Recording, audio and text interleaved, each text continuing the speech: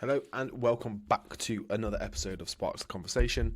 Wherever you're watching, listening, walking, running, whatever you're doing, thank you for tuning in. And I hope you've been enjoying the episodes recently. I'm trying to keep them quite short, to the point, snappy, covering a single topic most of the time. Giving my 2 cents on them.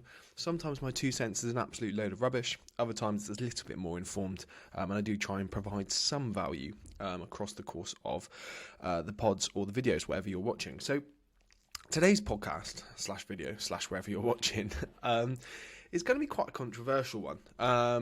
You probably will have seen it, and I let the die down. So I let the kind of smoke die down on it a little bit, and that's to do with the NHS now accepting, or it has recently accepted. I say recently; it was about 3-4 months ago. Accepted the use of a weight loss drug via injection. As a kind of prescribed intervention on the NHS. And that, of course, that has led to absolute uproar. And we'll go into that uproar in a bit, but I thought I'd kind of look at it in a little bit more detail. And of course, a disclaimer, I'm not a doctor.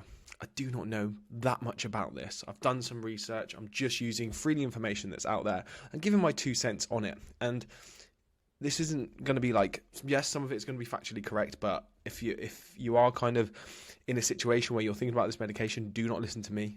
Seek medical advice and take all of this in this podcast as advice, because I'm not a doctor. I'm not that clever. As much as I'd like to be, I chose the wrong path as such. And decided to become a teacher. No, I could never become a doctor. I just like lifting tin too much. So let's get straight into it. So what is this drug, and kind of why is it being used to help fight obesity? And of course, with topics like this, there's always a need for a definition. So I'm going to define what the drug is. I'm going to try and kind of piece together what it actually does, its mechanisms in the body, just briefly, because this isn't a science podcast. And then we're going to kind of describe obesity and give my 2 cents on obesity, because I do think it's very easy, as someone who's been in the fitness industry for a long time, who coaches people on a daily, weekly basis to get in the best shapes of their lives, to just obesity bash. These people are obese because of this. They don't want it. They don't want it, or they don't, quote unquote, air quotations, work hard enough. Okay. And one, that's probably the worst approach ever. Shaming people into doing anything is probably the worst thing you could do. But it's a little bit more nuanced than that. And it's quite naive, I think. I know this is going straight into it, but it's quite naive for personal trainers and coaches and individuals who have never necessarily struggled with being overweight or obese to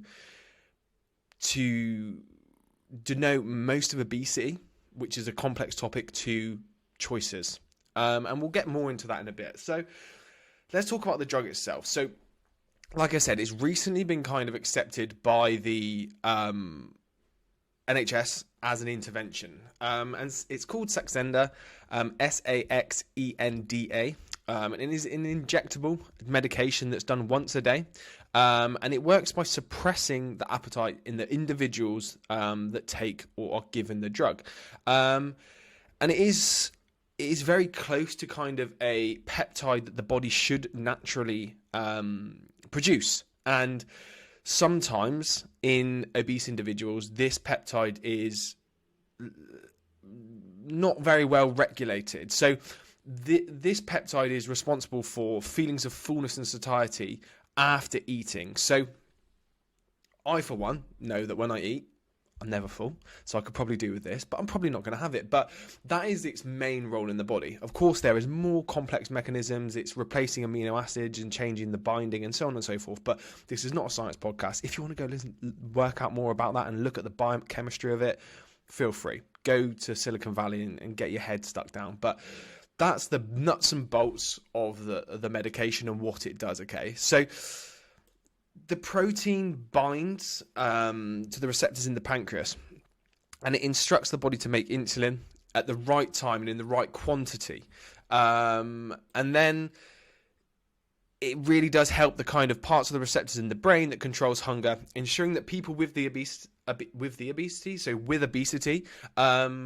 feel more satiated after they eat, which is a big thing, perception of hunger.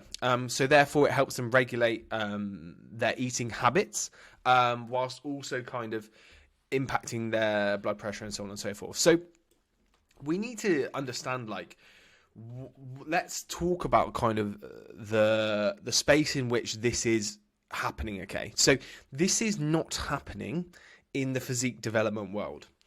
This is not happening for people who can manage their weight long term. This is not happening for people who have no kind of risk factors from being overweight. This is directed at those who, and the rising issue of obesity being one of the biggest risks to kind of the UK and the world in general. It's not just kind of the elephant in the back of the room anymore. Obesity is heavily linked, and there's a huge correlation between obesity and comorbidities, so risks of other things getting worse. So, for example, kind of heart issues, blood pressure, diabetes, all of these things will increase your risk of death. Bit morbid, but that's just the way it is, I'm afraid. But for that, you've got to start thinking, like, it's gone to a point now where we need something that's going to work. And what you've got to remember is the doctors, let's say they're on the front line. Let's talk about that. So the doctors on the front line aren't seeing people who can track their calories and consistently regulate their weight. No, they are seeing people who have tried to lose weight probably multiple times through different interventions. They've probably been through many help groups. They've probably tried Slimming World. They've probably tried educating themselves. But they really are struggling. Like, this will probably end up being a last resort. And it's very easy, like I said at the start, for people who can regulate and have a little bit of muscle mass to sit on the fringes of this debate and say, oh, you just need to work harder, or you need to educate yourself more. But there is the obesity kind of paradigm is very complex in that sense. And what we need to think about is, yes, there are the kind of lifestyle factors, there is environmental factors, and there is also kind of the genetic factors that make up the issue of obesity. It's not kind of a one-dimensional problem or phenomenon. And in terms of where kind of obesity might be coming from, it's very hard to separate kind of all of these factors. So lifestyle kind of incorporates in environment. So genetic factors and environmental factors will play a massive role in someone's kind of likelihood or probability to be obese at some point in their life. And we've got to remember that this medication is only going to be prescribed or used in individuals with a BMI over 35. So if anyone's familiar with BMI scales, that's quite high. I mean, of course, BMI is not the best metric for analyzing kind of body fat, obviously, because well-muscled individuals, like, for example, I'm pretty close to I'm probably around 30, and I'm not even that big a guy. Like, there's going to be people who are shorter than me and have more muscle, and they would be coming up as obese. We're not talking about those people. We're talking about undertrained or non-trained most of the time individuals who predominantly are carrying a decent level of body fat. Or not a decent level, but a level of body fat that puts them at risk of kind of worsening their health outcomes. So in terms of environmental factors with obesity, this is kind of one of the ones that is obviously such a big change at the moment. Like, the food environment and environmental factors around obesity are changing on a yearly, daily basis. You can also incorporate in causes of obesity to miseducation around food. I do think kind of lots of people don't necessarily understand what they're eating, why they're eating, and why it might be causing the outcome that they're getting from it. Processed foods tend to be cheaper than whole foods or more single ingredient foods. As a generalization, of course, some people are going to say, like, yes, you can get high quality ingredients from for a low price. Yes, you can, but it's very often the case that kind of obesity does, from the data, correlate with deprivation. So I think it's around, in the UK, 30% of women living in deprived conditions in terms of income. 30% of those are classed as obese, and with men that's around 25%. And as you go further away from deprivation, those obesity metrics change slightly and they reduce.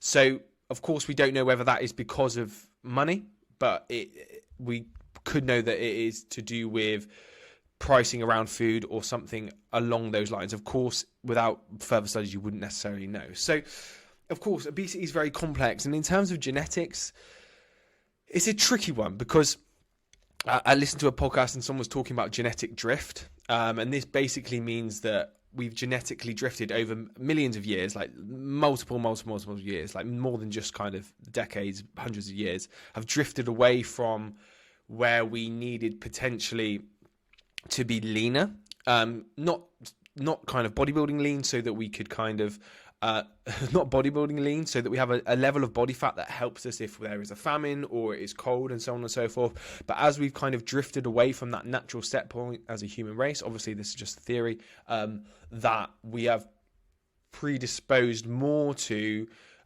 storing fat as food abundance has become kind of more readily available. But again, this is getting away from the point. So that is kind of why obesity is an issue. And this is why I think the NHS has kind of made a decision, right, we need to do something about it. Because realistically, what's happening at the moment for those people that they're talking about isn't working. So what's my thoughts on the issue? I think a more naive me when I was younger would have said, like, this is ridiculous. They just need to track calories. They just need to understand what they're eating, okay? They just need to eat more vegetables, eat some broccoli. But the case of the point of the matter in hand is that that's probably not working for these individuals. And even if it might work in a long-term, in a longer time frame, the issue at hand right now is that right now they are a increased risk from mortality due to their weight.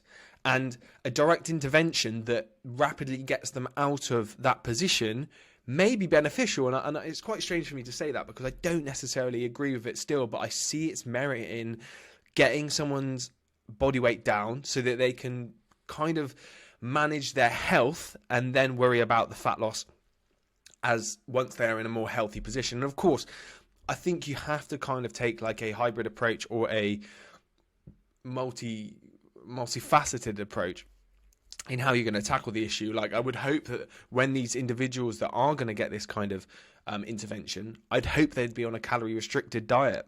I hope they would be exercising regularly. I hope they would be looking at stress management and all of these other kind of other things that are going to play into the picture of improving someone's health. And if it is just the fact that these people, that's not the right way of putting it, like individuals around this just think that this magic kind of supplement or this injection that they're going to take is going to help them, I don't think it's going to have that magic effect. But for those who really do struggle, because we know that there is genetic or individual differences in perceptions of everything, if it does help them feel fuller after eating, who am I to judge, or who is anyone who is arguably the genetic elite? Like, if you think about it, if you're in somewhat shape, you're probably in the high responding group to lifestyle changes, behavior changing, and training and nutrition. Unfortunately, these people with a higher BMI probably aren't in that high responding group. They're in the low responding group, and therefore what works for me and you might not work for them. So you have to look at it in that sense. And this is not a sense of like, oh, I pity them. I'm not pitying anyone. This is the fact that, right, some things might work for some people. And like I said, at the end of the day, if it's a case of, right, this person doesn't take this injection to manage their weight loss and they increase their risk of death, who is anyone to actually judge that? So, of course, do a little bit more research on this if you are kind of interested. I mean, I just thought I'd give my 2 cents on it because, like, I think over the years, my thought process around this has changed massively. Like I said, like when I first started and I was very naive to the process, I would have literally been like, these people just need to run more, so on and so forth. But having been in the industry and understanding how hard it is sometimes to get individuals to actually lose weight and keep the weight off, you can see the kind of interpersonal differences that will impact these decisions. And again, as we know, and like I spoke about, obesity does follow deprivation, and I'm guessing that this would be an intervention that's on the NHS potentially for free or at a lower cost for individuals. So it might have carry even more merit in that sense. So thank you for listening to the podcast. I just thought, you know what? Why not talk about it? because there probably does need to be more conversations about things like this, because with fitness, it's such a kind of bitchy industry. Like, we see things like this and most PTs will just be bashing it, others will be loving it. I sit somewhere in between. And I'd love to know your thoughts on it. So if you do listen to this podcast, like, share it on your story. It'd be great. And tag me to let me know what you think. Like, if you disagree with me, come at me, bro. I don't mind. Like, I'm happy to have a debate about these things. I probably have got something wrong in here. Like, I don't profess to be a doctor, and I probably don't. Well, I did want to be, but I did want to be when I realised how much money they made. But they work very hard, and they don't get paid enough considering they work on the NHS. But the ones in private do. Anyway, moving on. So thank you for listening. If you have watched on YouTube, give me a comment, give me a like. Let me know what you think. If you are on the podcast world, wherever you are in the world, whatever day time this is, thank you for listening. Like I said, like, comment, share. Give us a review if you're on Spotify. It always helps the channel.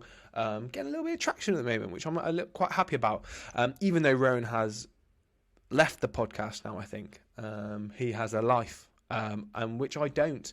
But some big things coming now. So I'm going to get my head down, going to start doing some more work. But other than that, I will let you get along with your day. Whatever you're doing, I hope you have a good day, and I'll see you in the next podcast.